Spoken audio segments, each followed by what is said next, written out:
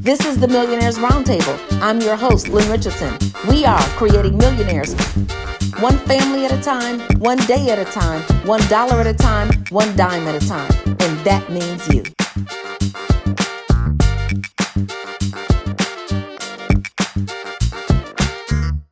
This is the Millionaires Roundtable. I am your host, Lynn Richardson, and we are creating millionaires one family at a time, one day at a time, $1 at a time, and one dime at a time. And that means you. Yes, you.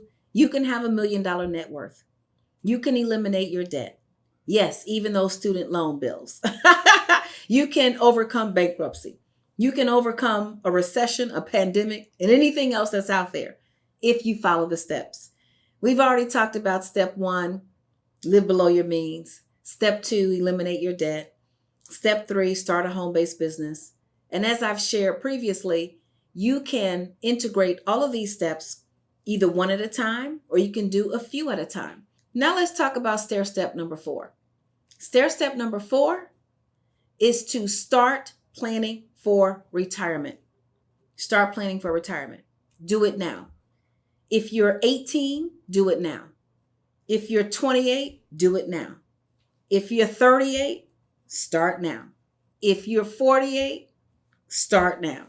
If you're 58, whatever age you are, as long as you're here, planning for retirement gives you power. You see, knowledge is not power until it's put into action. So how are you going to start to plan for retirement? Well, first, if you have a 401k, you want to take advantage of your 401k.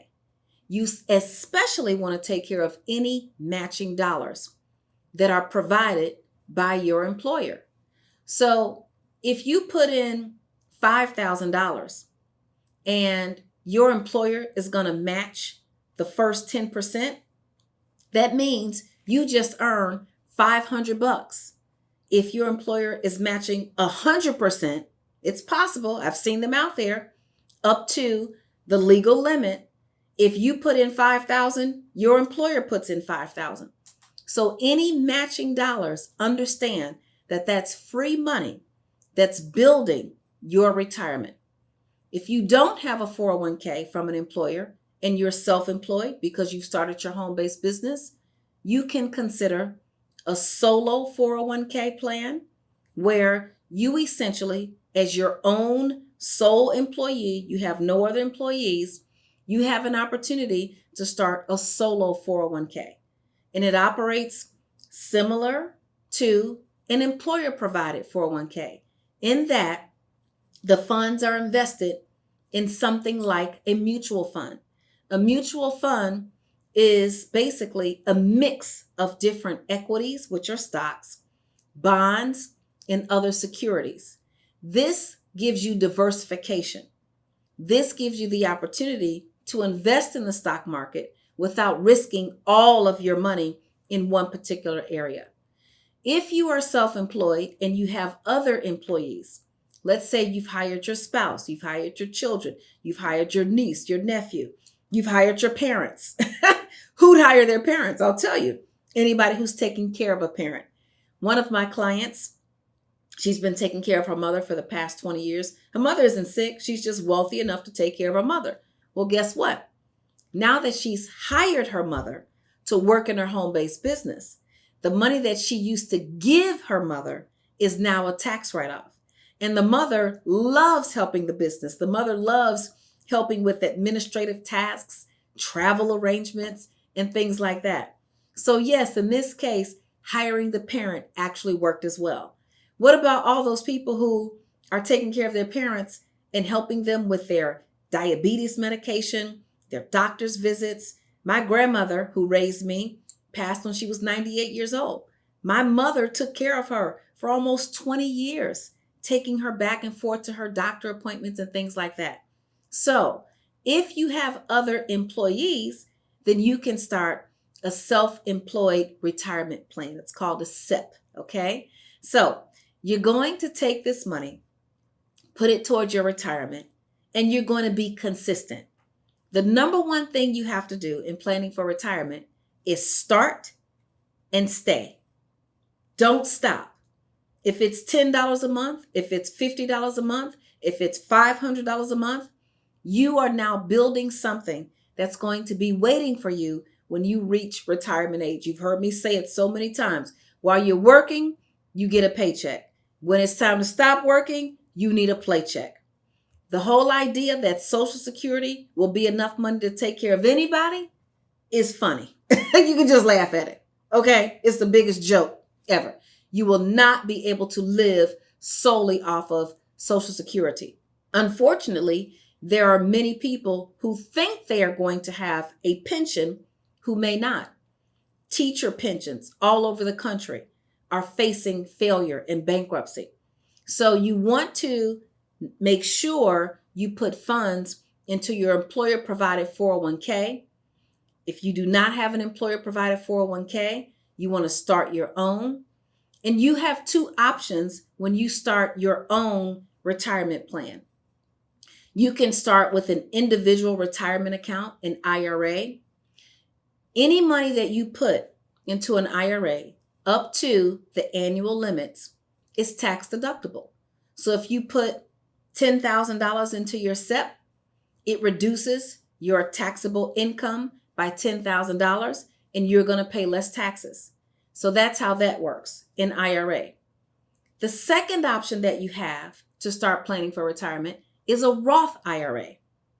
When you put funds into a Roth IRA, they are not tax deductible today, but they will be tax deductible when you start to withdraw the money at retirement. So let's go back. An IRA, tax deductible today, and when you begin to withdraw the money, you'll pay taxes later. Roth IRA, not tax deductible today, and you will not have to pay taxes when you withdraw the funds later. You will not have to pay taxes when you withdraw the funds later. So what's the benefit of that? Well, a Roth IRA gives you the opportunity to not pay taxes on a higher amount. So if you're putting money into your Roth IRA today and it grows to $1 million, $2 million, $3 million by the time you retire, you're going to be able to withdraw a lot of money tax-free. Conversely, with a regular IRA, you need tax savings today. So my recommendation is that you do a little bit of both. You're going to reach out to your financial advisor. They're going to ask you some questions. What is your risk tolerance? How much money do you earn? How much money do you want to have available to you when you retire? Some of your other desires and habits and goals. Do you have any children? Do you have any debt? And they're going to prepare a risk analysis assessment for you based on your individual risk DNA. You see, one retirement plan does not fit all. One size does not fit all. You have to do the retirement plan that works for you. Some people are risk averse. Some people don't care about risk. They're willing to risk it all. I'm a little bit in between. I don't gamble. You take me to Vegas, and if I win $5, I'm done. I remember going to the Russian roulette table with my husband, and I might have won $100. He said, keep playing. I said, oh, no, I'm done. That's it. I've won $100. That's more than I had when I came. I love it. And some people, they'll bet the whole 100 and walk away having nothing and still be okay with that. When it comes to your retirement, this is what I say. Ask yourself, how much money are you willing to lose? If you wake up tomorrow and everything crashed in the stock market, what amount of money would make you just pass out? Now, don't die, okay? Because the market will come back. One of the worst things people can do is when the stock market crashes, they get afraid and they take all of their money out of their retirement. Well, if you take all of the money out of your retirement, then it's a permanent loss. But if you leave the money in there and you wait, when the market comes back up, you will gain back what you lost and more. So we're talking about retirement. The first thing we said is a 401k. Second thing we said is a SEP or a solo 401k. Then we want to talk about an IRA versus a Roth IRA. The last thing that I want to talk about in retirement is a pension. You're lucky if you have a job that's providing a pension. Most jobs are not supplying pensions. 40 years ago, You could work on a job after high school, stay there for 30 or 40 years, retire, and get an income for life. That's not the way it is today. Most companies do not offer pensions. And even if they do, most people do not stay with companies long enough to get those pensions.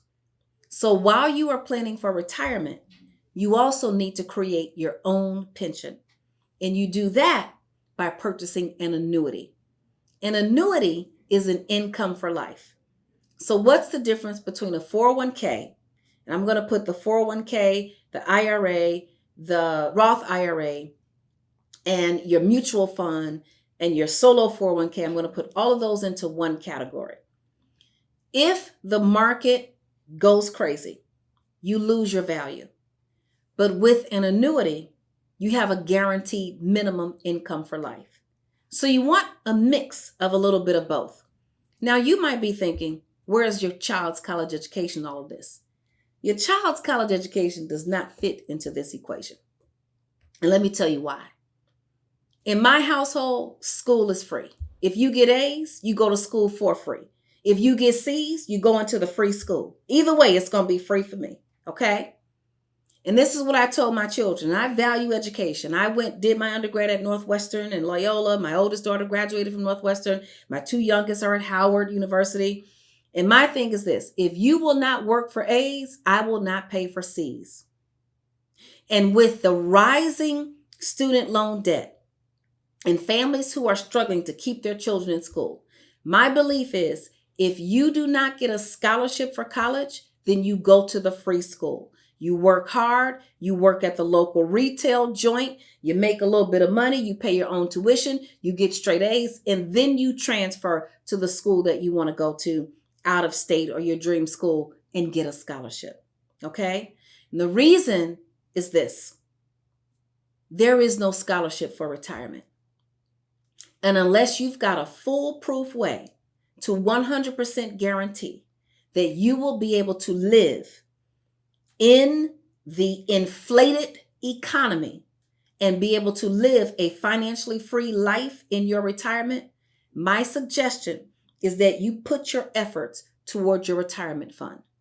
Now, if you hire your kids to work in your home-based business, they can save some of that money for college. If you hire your kids to work in your home-based business, the money that you were going to spend on tuition is now a tax write-off and they can pay for their own college. If you hire your kids in your home-based business and they get scholarships, then they can use that money for college. If you hire your kids to work in your home-based business, and at some point, if your children go to college and move off campus, you can buy a piece of real estate. They can move in their roommates.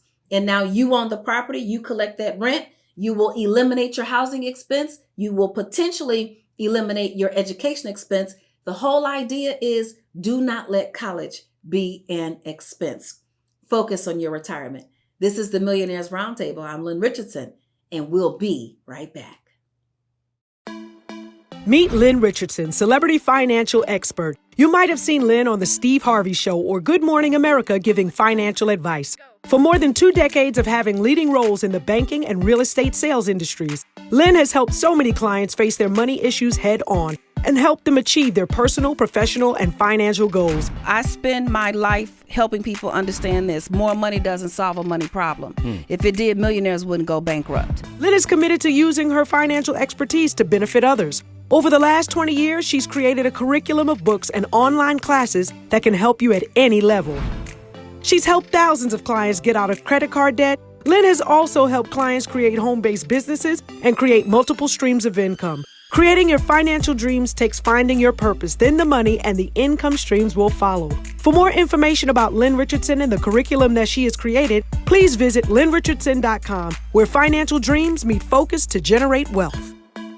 Check out Tax Talk Thursday with Lynn Richardson as she and her special guests give tools and tips to help us better understand the state and federal tax system. Just give us something that we can use to get those who have never understood the tax system and how it works. We have 2 tax systems in this country. And when I say that, I always have people say, oh, sure, one for rich and one for poor. That is not true. That's a myth.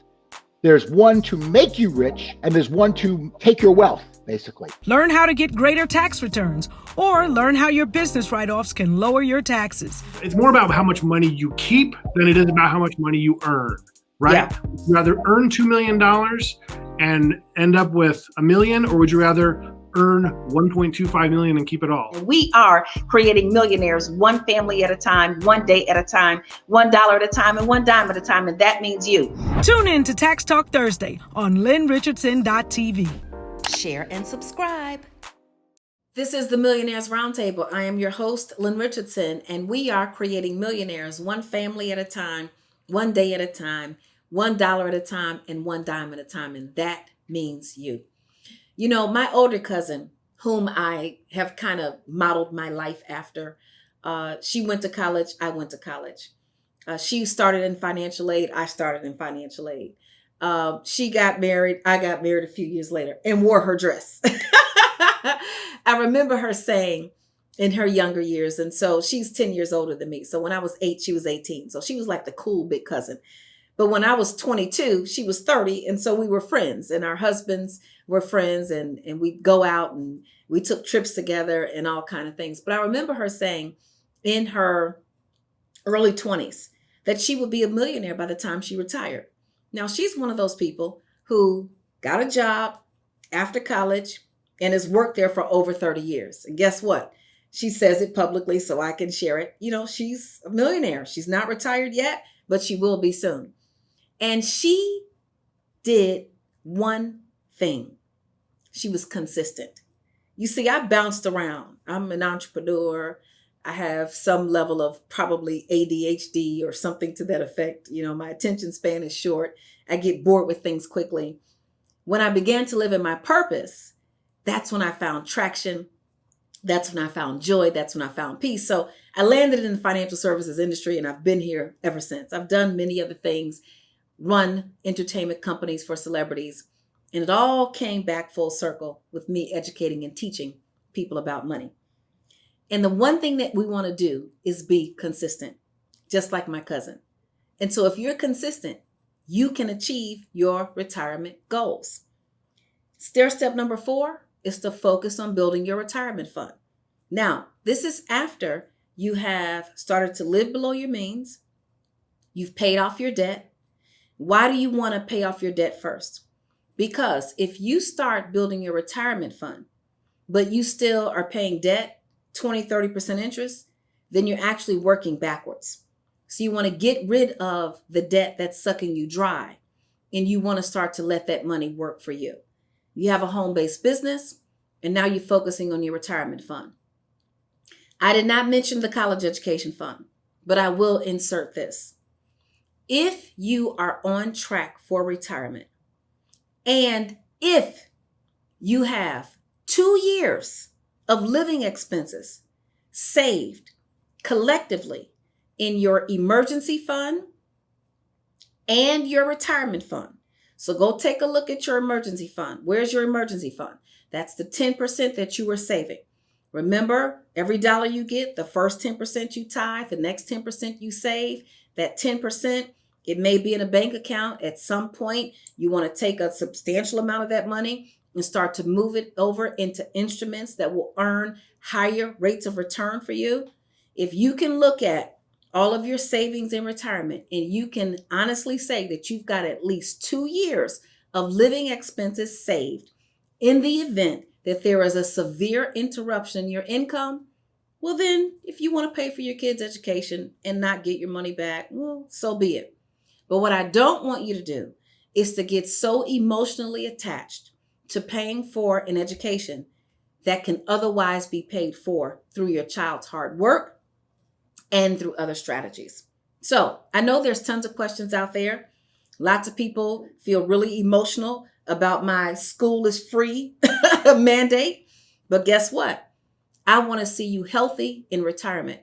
And the one thing that I know for sure, your child can get a scholarship, but you cannot get a scholarship for retirement. So let's see what callers we have.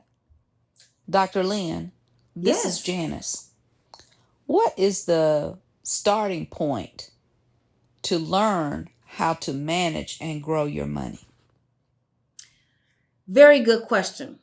The first thing that you have to learn in order to manage and grow your money is to acknowledge that you must learn how to do it. You see, I didn't think I had to learn. I thought since I had a degree in economics, math, and finance, I thought I already had what I needed. I didn't realize that I actually had to practice what I preached, and I actually had to get educated and then apply the education. So the first step is to acknowledge that you have to learn. And I'm going to throw in a couple more steps. The second step is to accept that there is no reason to be ashamed. You see, the reason why most people have money problems is because they don't talk about it. There's shame attached to it. You don't want people knowing your dirty laundry. Growing up, I was told, what goes on in the house stays in the house. You don't talk about things like money or sex or, some other taboo subjects. But the truth is, the things that we're not talking about are killing us. We actually should talk about it. I often tell parents, listen, if you're sacrificing for your kids, and I know that, I want my kids to have more than I did. And so you buy your kids all these things. And of course, they now have a sense of entitlement because they don't really understand true hard work. They don't understand grit. They don't understand grind. They don't have survival skills. And so they think that they're supposed to have everything at their fingertips. I told my kids one day, I said, listen, you have a cell phone. When I grew up, you had a phone that was attached to a cord. And when you were talking on the phone at night, your mama might get on the phone and say, get off my phone. You were super embarrassed because you think you cute. You're trying to talk to your little boyfriend or your little girlfriend or whatever it is. And your mama gets on the phone and interrupts your whole call. And guess what? She don't even get off the phone. You can't even say goodbye. And my kids thought that was so funny. But see, they don't even understand that, right? So what we need to give our kids is we need to give them common sense. We need to give them good financial skills. You see, kids don't want parents to buy them everything. Kids actually want parents who will teach them how to be financially secure. And the way to teach them is to do the thing that you want to teach. Kids don't do what you say. They do what you do. The third thing that I would say is to understand this. What goes up must come down. If you are down, then there's nowhere to go but up. So don't quit. If you failed financially, start all over. Learn from your mistakes. Things happen in life, and I tend to get, a little bent out of shape, or I may get depressed. And let me tell you, I'm the first one to cry. And after I cry, I feel better. Wherever you are, no matter what has happened, if you can look up, you can get up. My big brother Les Brown says that. And my other mentor says, you cannot fail until you quit. So don't quit. Don't give up. Try again. I've made every financial mistake you could possibly make. Imagine if I quit. Well, the truth is now I've stay learned tuned everything. for a sneak That's why I peek can of teach Wealthy everything. Wednesday on LynnRichardson.tv. But you don't have to make these same mistakes. So let me tell you. So for those who don't know the 10, 10, 30, 50, first of all, you want can to make a get all the change, details in my book. Don't forget to subscribe and share, subscribe and share, subscribe and share, all that stuff. But in Living Check the Monday, I broke it down because I was making $50,000, $60,000, $70,000, $80,000 a month. I was still broke, so I started actually following the rules, which are the truth. So the first 10% you tie. The next $10 you save, and I'll the see you 30% is cash in your pocket. Cash for your incidentals, like groceries, gas, hair, nails. If it doesn't fit, get rid of it. And then the remaining 50% stays in your checking account for your bills. If you have more than enough money, that's not a license to go buy a lot of stuff. You want to get rid of your debt. If you don't have enough money, then you have to subtract. And I was like, oh my God. This makes so much sense. Yeah. And I think people can appreciate, especially, I've been with you many times when you've spoken live to, thousands of women.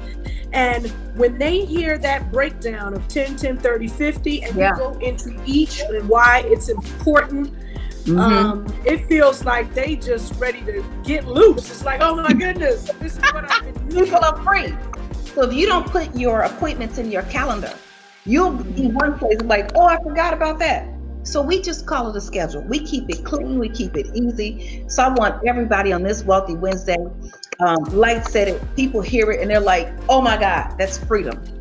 This is Freedom Series. This is about you going to the next level. The 10, 10, 30, 50. The first 10% you tithe, the next 10% you save, 30% cash. And it's to help you avoid a spending addiction, which is what you have when you go to the grocery store for toothpaste and you walk out with $179.47 for the stuff you don't need. We're going to talk about that on another Wealthy Wednesday. Share and subscribe. Meet Lynn Richardson, author, entertainment executive, TV personality, and celebrity financial coach. Please say hello to financial expert, my girl, Lynn Richardson. My buddy, finance expert, Lynn Richardson. Hey, everybody. Why do you need Lynn's help? She uses her quick wit and humorous presentation style to help others face their issues and achieve their personal and professional goals, as well as spiritual harmony. So I tell our sisters, you go to a rack, $500 purse. Self, do you usually have $500? $20 purse. Self, that's usually how much you got. That's the purse that you get off the rollback rack. In this current economic crisis due to COVID-19, Sean Diddy Combs invited Lynn Richardson to contribute to his new website, OurFairShare.com, in which Lynn explains the Paycheck Protection Plan that assists small businesses in gaining access to U.S. government funds. Over the last 20 years, Lynn used her financial expertise to create a curriculum of books and online classes to help clients achieve financial freedom. Lynn teaches clients how to get out of credit card debt, shows them how to start a home-based business, and to create multiple streams of income. Lynn Richardson is a celebrity financial coach and founder of the 700 Credit Club. Lynn wants to talk to you about one of the biggest issues that can separate you from your financial freedom, and that's your credit score. Lynn overcame 2 bankruptcies and foreclosure, but with this plan, her score is now over 700, and she's inviting you to join the 700 Credit Club today. Here you'll learn to build your credit and have the financial freedom you dreamed of. For more information about the 700 Credit Club, please visit lynnrichardson.com.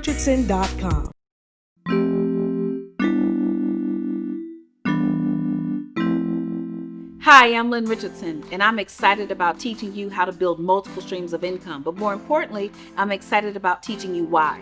I'm a financial expert, but I think there are some things you need to know about me that you'll never read in a newspaper or magazine or see anywhere. I was born and raised in Chicago. As a matter of fact, my grandmother, who passed away almost at the age of 98, she was 75 years old, cleaning homes for wealthy people, putting me through college. I grew up in the projects. I knew we weren't rich, but I didn't feel poor.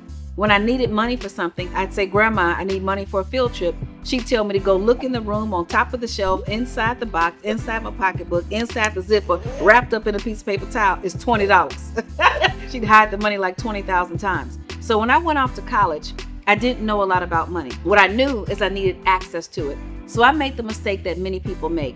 I went into a room, multiple credit card distributors were there. I didn't get one credit card. I decided to get one of each. Oh boy, that didn't go over well for me. When the creditor started calling and saying, Lynn, can you borrow the money? I said, can I borrow it from you? I had all kind of funny answers, but when I got out into the real world, it wasn't funny anymore. My credit was jacked up. My first furniture came from Rent-A-Center, and I knew right then and there that I was entering the world with a bad relationship with money. Fast forward a few years later, I'm married, 3 children. My career is excellent. I'm making money, but guess what? I was living a lie. I was living check to Monday. You see, check to check is a blessing. That means you get paid by Friday, and by the next payday you're broke. But check to Monday is a whole different game.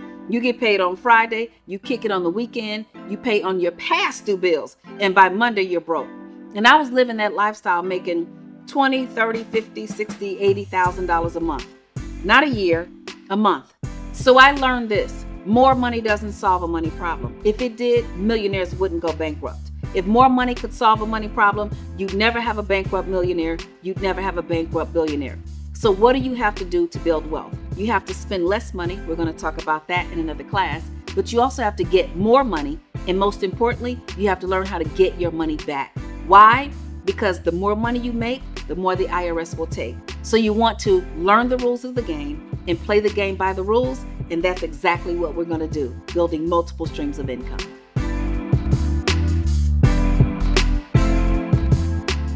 So most of us were taught to go to school, get a good education, and get a good job. Sounds like good advice, right? Wrong. We should go to school and get the basics, get the education that we need for whatever it is we're going to do in our lives. but we should learn how to create jobs. Why? Because one stream of income is hazardous to your wealth.